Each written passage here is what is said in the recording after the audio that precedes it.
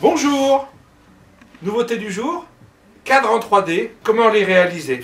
Donc il s'agit de coller des photos sur plaque de mousse d'1 cm et de les coller après avec de la colle à chaud. Je vais vous montrer comment on fait.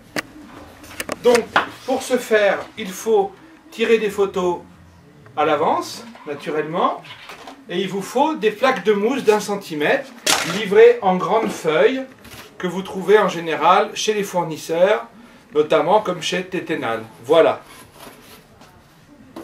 Ensuite, vous découpez les photos une par une et vous les appliquez sur la plaque de mousse.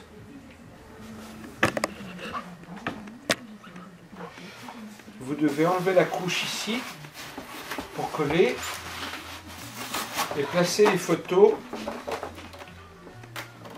bien les positionner sur la plaque de mousse, comme ça, en commençant par le centre et en chassant sur les bords, comme ça. Ensuite, vous retirez la pellicule complète, tout en chassant l'air qui se trouve sous la photo, entre la plaque de mousse et la photo. Et ensuite, vous prenez de quoi maroufler et vous utilisez le support de l'adhésif pour chasser les bulles d'air. Voilà, vos photos sont collées. Vous découpez les photos sur la mousse. Une fois qu'elles sont collées, faites bien attention à votre cutter de bien découper à 90 degrés, de façon à ne pas écraser la mousse et de ne pas faire de biais qui serait totalement disgracieux. Voilà. Vous prenez le document dans l'autre sens et là vous découpez tout simplement les photos une par une, comme vous feriez sans mousse. Voilà. N'appuyez pas trop fort au départ, car vous risquez de créer un écrasement de la mousse qui est totalement possible avec ce genre de produit. Voilà, vous voyez, on a vraiment un effet réel de relief. Bonjour les gens. Eh bien écoutez, maintenant on va passer à la phase finale, la phase de collage.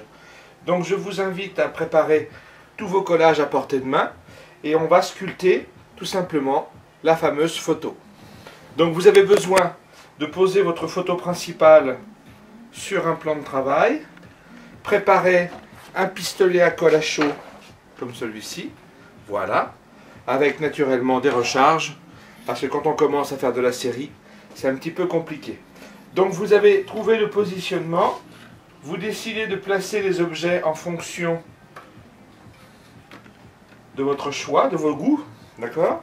Et puis là, eh bien, vous allez vous aider de petites cales pour pouvoir positionner vos photos de façon à ce qu'elles puissent tenir convenablement au moment du collage. Ok? Vous pouvez aussi, pour vous aider, moi ce que je fais, c'est je dessine tout simplement sur une feuille, là où je place les photos, je dessine sur la feuille les contours de façon à ne pas perdre de temps au moment du collage. Voilà, à tout à l'heure. Bonjour à tous, voilà, les photos sont découpées, prêtes à être positionnées. Je fais mon schéma sur une feuille et là je me prépare. Bonjour tout le monde, aujourd'hui donc j'ai découpé toutes mes photos, je suis prête à placer sur ma maquette toutes les photos prévues à cet effet.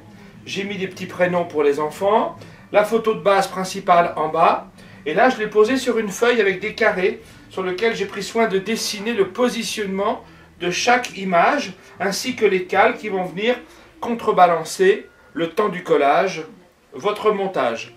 Voilà, tout est prêt, j'ai fait chauffer mon pistolet à colle à chaud, tout est prêt pour le positionnement et le collage des photos définitives. Donc vous voyez, j'attrape les montages, je suis mes collages, je continue, je repère naturellement où se posent les photos sur le montage et je viens appliquer assez rapidement quand même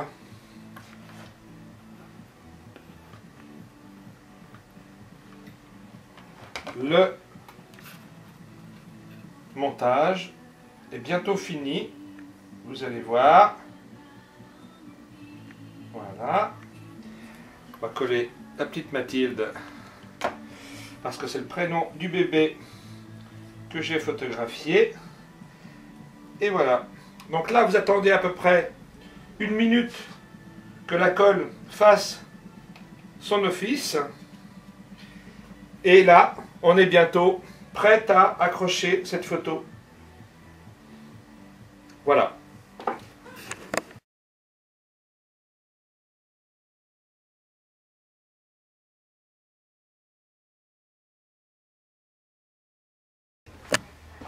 Bien, voilà. Passé 1 minute, le montage est terminé. Voilà ce que cela peut donner. Voilà, un cadre en 3 dimensions. Bon courage, bonne photo et à la prochaine. Merci.